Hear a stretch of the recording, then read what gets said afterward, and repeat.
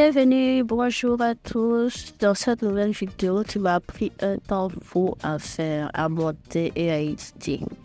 Parce que finalement, je me suis rendu compte que c'est un sujet plus grand que ce que je pensais.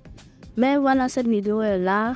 On va rentrer dans le vif du sujet qui est l'intelligence artificielle et le droit. Parce que le droit, voilà, le droit est partout. Donc, il tape à la porte de l'intelligence artificielle pour essayer de l'arrêter. Et on va voir pourquoi. Parce que déjà, il est battu à place pour Dieu par l'IA. C'est un droit dépassé. Mais quand même, l'intelligence artificielle est venue pour faire en sorte qu'il se développe. Donc, on va voir ça. Ce sont mes deux idées que je vais développer dans cette vidéo. Voilà. Donc, en toutes les langues, dans tous les pays, vous n'êtes pas passé à côté. L'IA s'est imposée come un sujet d'actualité majeure de 2023. Sorprendente, in particolare il salto, il fatto che i movimenti delle labbra siano così ben sincronizzati con la parola, quasi l'impressione che l'immagine sia stata manipolata, tutto ciò è davvero incredibile. Il fatto di parlare italiano, che non parlo affatto, poter parlare in italiano davanti a voi stasera è molto divertente.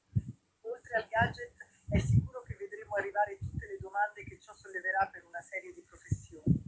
Si pensa alla traduzione, all'interpretazione e a tutti i mestieri del doppiaggio che rischiano di essere colpiti da rivoluzioni, progressi, buone tecnologie come questa. Retour au français avec une question vierge d'algorithme pour vous. L'intelligence artificielle, ça date quand même de 1997, parce que la technologie existait déjà depuis l'informatique qu'on utilise tous les jours dans notre vie quotidienne. Voilà, nos smartphones, nos ordinateurs, tout ça, c'est une forme d'intelligence. Donc pourquoi ça fait tant de bruit? Parce que la technologie a évolué de manière exponentielle. Elle est encore plus puissante et pourtant, elle est disponible pour le commun des mortels comme nous. Voilà, dès que cite mes vidéos sur comment j'utilise l'IA pour faire les choses. Donc, l'arrivée de ChatGPT, ça a été un scoop. Tout le monde en parle. Tout le monde. Même pourquoi? Voilà. Parce que je vous en parle parce qu'il y a eu plusieurs philosophes, des politiciens, des experts en informatique qui en ont parlé. Même des juristes. Il y a eu des moratoires sur le développement de l'intelligence artificielle. Donc, finalement, je me suis interrogée sur la légalité de tout ça. Parce qu'on est sur une chaîne de droit, de finalisation au droit. Et des études de droit en général et de lifestyle. Donc, est-ce que le droit peut réguler l'IA? Ça, c'est la grande question. Voilà, l'évolution de l'IA, est-ce qu'elle contrecarre indéfiniment les essais de régulation juridique? Est-ce que le droit est la solution à l'empêchement de l'expansion de l'IA? Voilà, c'est mes trois questions que je me suis posées. Et on va y répondre dans des grandes lignes, parce que finalement, il y a des ouvrages très spécialisés dessus. Je vous ai mis tout en barre d'infos. Donc, finalement, on va parler de ce droit qui est dépassé. C'est un grand 1. Alors, il y a des matières qui ont été totalement bouleversées, parce que d'abord, les données qu'on collecte, c'est l'utilisation de la vie privée. Au niveau économique, c'est l'espionnage industriel, les cyberattaques. Il y a aussi la question du droit d'auteur, du copyright, des véhicules autonomes et de la responsabilité civile, contractuelle et pénale. Parce que la base même du droit de tous les pays, c'est la responsabilité. Et c'est ça qui fait le plus peur. Parce que l'intelligence artificielle, ça va plus loin que la robotique. C'est l'automatisation. Donc, comment est-ce qu'on peut rendre responsable un automate qui fait comme... Comment dire à un automate et comment engager même la responsabilité d'un automate? Alors que la responsabilité civile, contractuelle, pénale, ça se base sur l'intention. L'intention est une partie de la responsabilité. Donc, comment ça se fait? Et comment savoir l'intention d'un automate qui est basée sur des données qui sont biaisées? Donc, c'est assez bouleversant. Donc, si dans le privé c'est bouleversant, et dans le public alors? Donc, en droit public, voilà, c'est tout ce qui est cybersécurité, défense militaire, économie et robotisation de la justice. Voilà, ça, j'étais très étonnée de la robotisation de la justice. Parce que vraiment, on essaie de donner des peines automatiques aux criminels.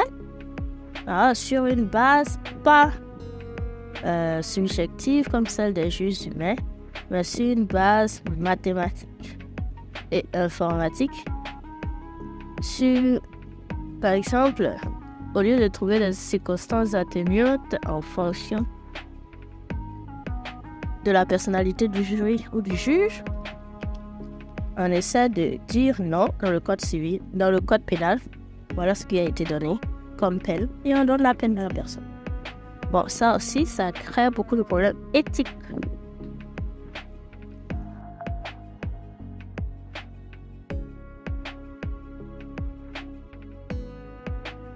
Maintenant, à la manière dont l'intelligence artificielle réussit à faire plutôt évoluer les lois. Parce que il n'y a pas que du mauvais, il y a des lois protectrices aussi.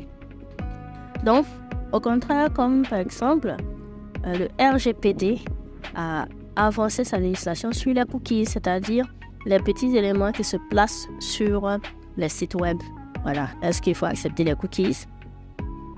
Donc, on va aussi protéger le consentement sur comment prendre vos données.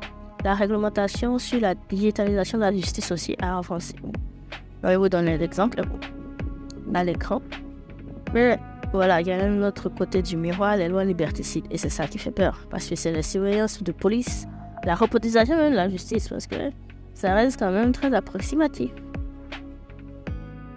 Voilà, donc je vais vous parler de... Bon, pour sortir sur quelque chose d'un peu plus léger, de mon utilisation personnelle. Parce que mon utilisation personnelle, c'est Goblin Tools. Voilà, il y a plusieurs outils dedans, c'est très rapide, c'est totalement gratuit. Je vais vous mettre le lien en description. Ensuite, ChatGPT, voilà. C'est un logiciel très puissant. Adobe Enhance, c'est ce que j'ai utilisé pour rendre ma voix plus claire sur cet enregistrement. Et Stable Diffusion. Je fais parfois ma couverture à Stable Diffusion et Playground AI. Ça dépend. J'ai découvert aussi le nouveau moteur de recherche Microsoft Copilot. Ça permet d'utiliser DALL-E gratuitement. DALL-E qui est un peu plus poussé. Voilà. C'est ça l'avantage de Microsoft Copilot. Je vous mets tous les liens en description. Et le lien vers ma vidéo en fait. Il a fait 2 vidéos sur Playground AI et Goblin Tools. Voilà. Je pense pas faire encore de vidéos sur ChatGPT parce que, bon, il y a déjà beaucoup de vidéos qui vous expliquent comment ça fonctionne. Mais je ne sais pas. Dites-moi dans les commentaires si vous voulez que je fasse une vidéo sur ChatGPT.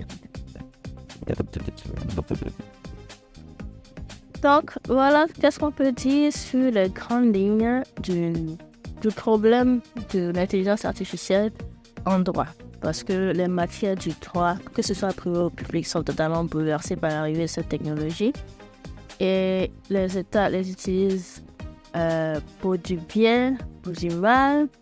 Nos données sont totalement dans la nature parce qu'il n'y a pas de manière sûre de les concerner totalement. Franchement, c'est très très inquiétant, mais voilà. On peut garder de l'espoir. Et c'était un très bon sujet. Voilà. Donc, merci d'avoir regardé cette vidéo. J'ai essayé de compiler un peu les matières à réflexion. Je ne pouvais pas faire une vidéo sans parler de l'IA, surtout que j'avais fait déjà des vidéos où j'utilise des outils à l'intelligence artificielle sur ma chaîne. Et voilà, je voulais sortir cette vidéo sur ça avant les vidéos sur les différents outils, mais voilà, c'est comme ça que ça s'est passé. Donc, merci beaucoup. Donc, abonnez-vous. Vous aurez plein de nouvelles vidéos très prochainement. Bye bye. Portez-vous bien. Merci.